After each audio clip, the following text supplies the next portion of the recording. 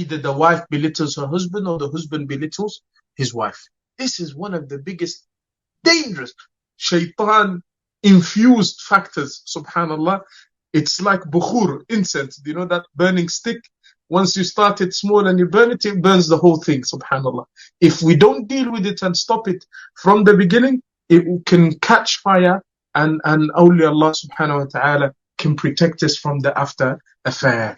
Do not belittle a person, even if you're richer than him, even if the husband is richer than the wife, do not belittle her because of that.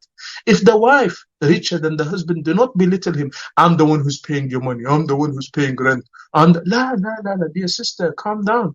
Don't use it even in the moment of anger, because shaitan, subhanallah, is from the ones who uses these points to wedge and put in a gap between the husband and the wife. This belittling could be even by body language. Be careful, my dear respected brothers and sisters. Body language is important, because a husband will understand the body language of the wife because of their relationship together, and the wife will understand the body language of her husband. Number two, always mentioning the bad, never mentioning the good. Always find the good. Don't look for the bad. Even if the good is little, make sure the good is the one that flourishes, and speak about the good. Never mention the bad, and never always mention the negativity. Don't always be negative. Don't say, oh, you never do this for me, you never do that. And this is a character in a woman. It came in the hadith of the Prophet that if he did all of his life good thing, after he makes one mistake, the woman will only focus on the mistake, and she forgets all of the good that he has done. Number three, don't be from the ones that are always in defense mode. Why? When you're always in defense mode with your husband, or when the husband, let's say, in defense mode with his wife, you're not opening the understanding of the ayah and the hadith, لِتَسْكُنُوا إِلَيْهَا, so you can feel at home and ease within them. Your partner is the home that you can feel secure, because if you're always at defense and keeping an arm's length, as they say, away, you're not going to be don't make barriers between you and your husband. Women sometimes make fortresses between them and her husband, so she doesn't have her heart broken. And the same sometimes for the men. Number four, negligence. Don't be from those who neglect the husband or the wife. And many brothers, you will find him, mashallah, he is the most famous brother in the community.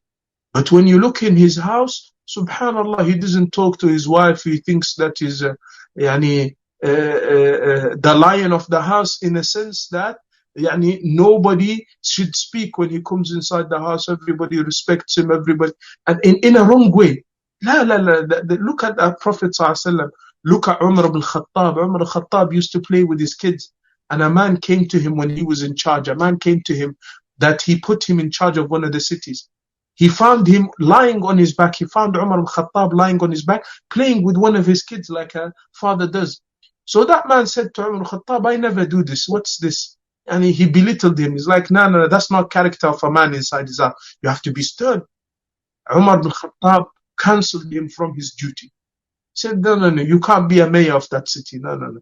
If you are not merciful with your own family, how could you be merciful to the people that I put you in charge? Look at the wisdom and the hikmah. Be gentle. Don't be negligent in regards to what's going on.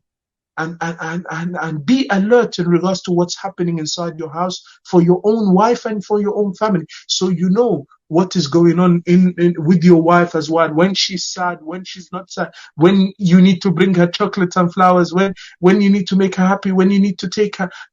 Be a husband that is alert, not a husband that is negligence. Don't be in defense mode all the time, and don't be in attack mode. This attack mode, shouting, screaming, or you igniting the problem. Or if you are a man, divorce me. This is a problem that I've just been dealing with now. There is a subhanallah case that I'm dealing with now. They had a fight. they had a fight in regards to what's going, in regards to the husband and wife stuff. And the sister, may Allah forgive her and us, she said to the husband, if you are a man, divorce me. Allahu Akbar. This is very bad. You don't say to a man, if you are a man, because you are setting you up for failure, setting yourself up for failure, and you're setting yourself up for divorce. Wallahi, that sister, she's regretting it, because the brother is clever in this sense. This is a rare case from what usually happens. This brother became patient and he walked out the house. He didn't say anything. He noticed that something, and he left.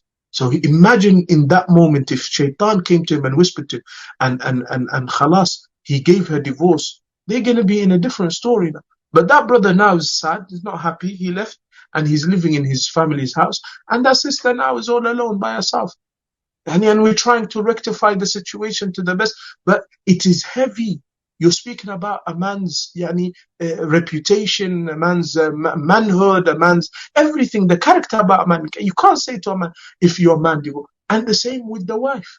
You can't come and say something that's very rude like that to the wife, that subhanallah, naam, jazakallah khair. It is worse when it's done in front of the children. The fighting, the abuse, the attack is worse, because the children will hate you. The children will become tormented because of you. They will have bad character because of. They will be the ones who will hate their wives and their children in the future because of you. And remember the sunnah of the Prophet ﷺ in regards to starting a bad action. Whoever starts a sunnah, he's gonna get either the reward for it, for everybody that doesn't, or he's gonna get the sin for it, and for everybody that does it. So when it comes to verbal, physical, this should never even exist in a marriage.